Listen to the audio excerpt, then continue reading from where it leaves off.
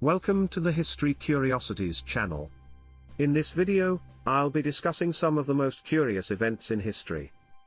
From strange coincidences to unbelievable feats, these stories will leave you amazed.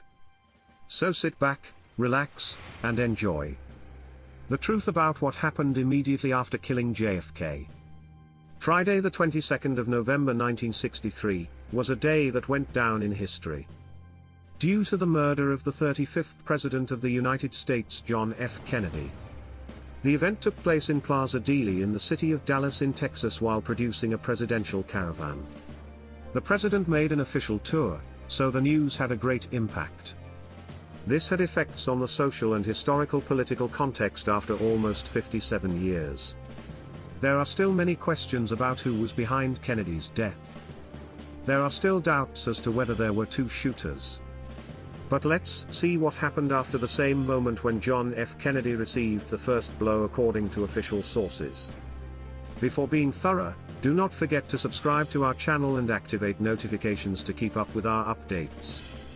On November 22, 1963, at 12:30 it was the fateful time when Kennedy was in a visible car while performing a caravan in Dallas.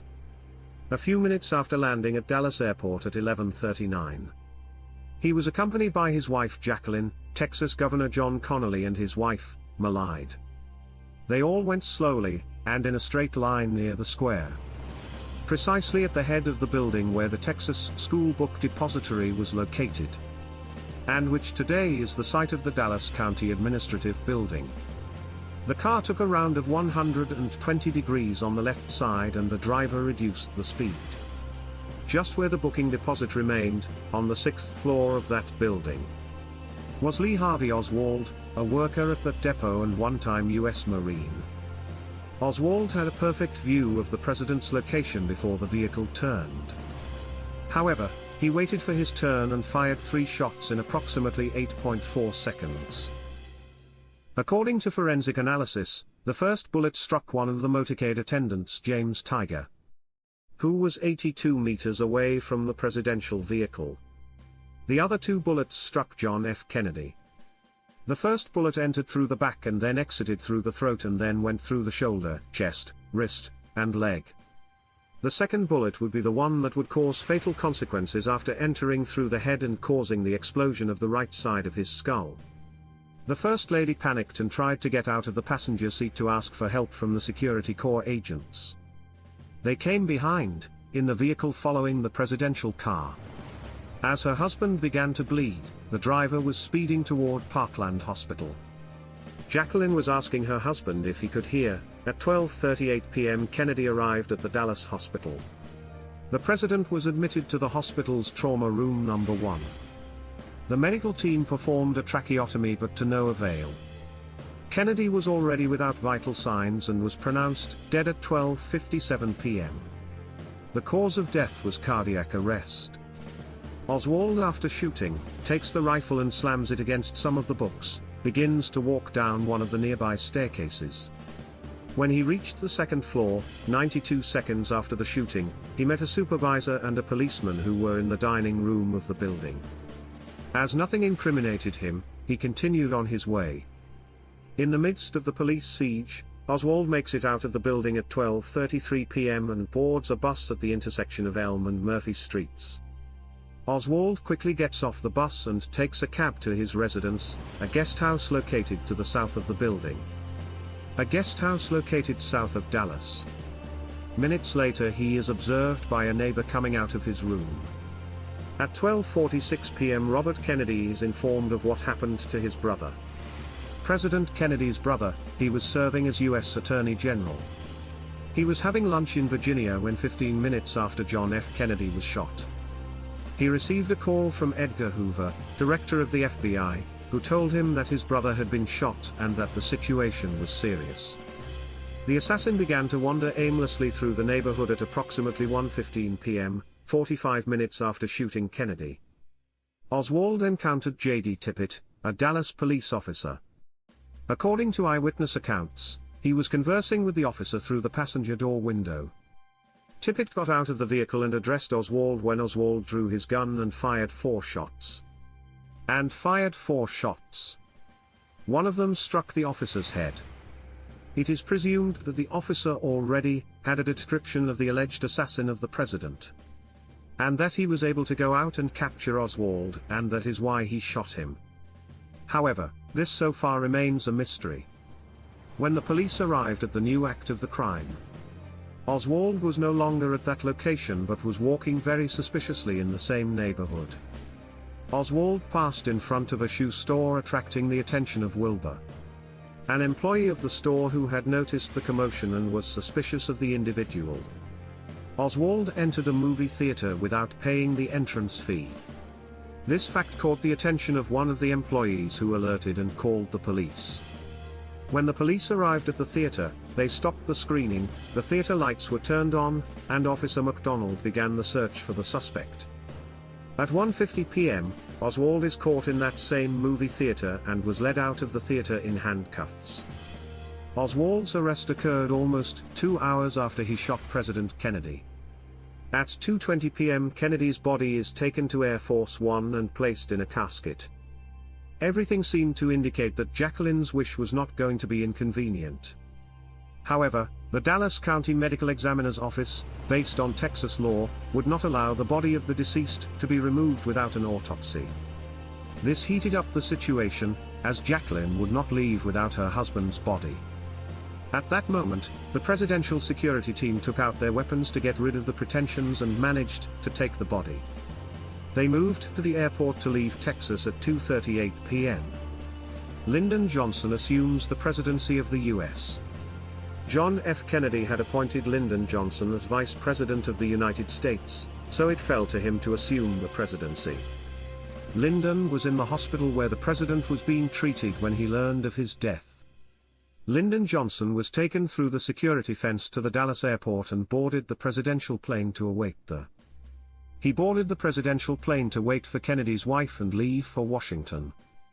However, since the flight was delayed and in order to end the vacuum of the office, the vice president was sworn in on the same presidential plane.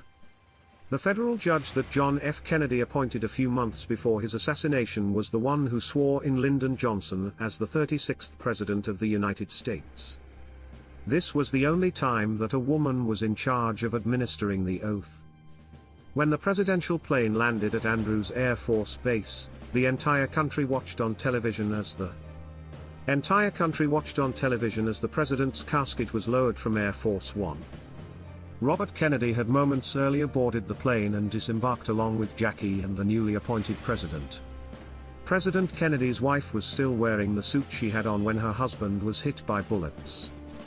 Johnson exited the plane and tersely addressed all the citizens of the country through the reporters there. On November 23, 1963, at 3:56 p.m. the body of President Kennedy was brought to the White House, was placed in the West Room, and remained there for 24 hours. On November 24 the public funeral was held. The coffin was moved to the Capitol, and the coffin was placed on a horse-drawn armada before the expectation of many people to see the funeral procession in which the armed forces paid tribute to the commander. To see the funeral procession in which the armed forces paid homage to the commander. Long lines formed outside the Capitol to say a final farewell to the U.S. President. However, only 250,000 people had the opportunity to see Kennedy's casket up close. Oswald always denied the charges. On November 24 Oswald was escorted through the Dallas police basement. At about 11:21 am, a man suddenly stepped through the crowd surrounding Kennedy's assassin and with his collar Cobra .38 caliber revolver fired a single shot at him. The transfer was being recorded by television stations and the assassination was recorded before the stunned gaze of Texas police officers and millions of television viewers. Oswald was taken to the same hospital where Kennedy was treated but died in the operating room. Oswald's killer was Jacob, a businessman who owned a Dallas nightclub, and who was linked to the American underworld. He was immediately imprisoned by police officers. Some say that he took Oswald's life to make himself look like a hero. On November 25, 1963, Oswald was buried.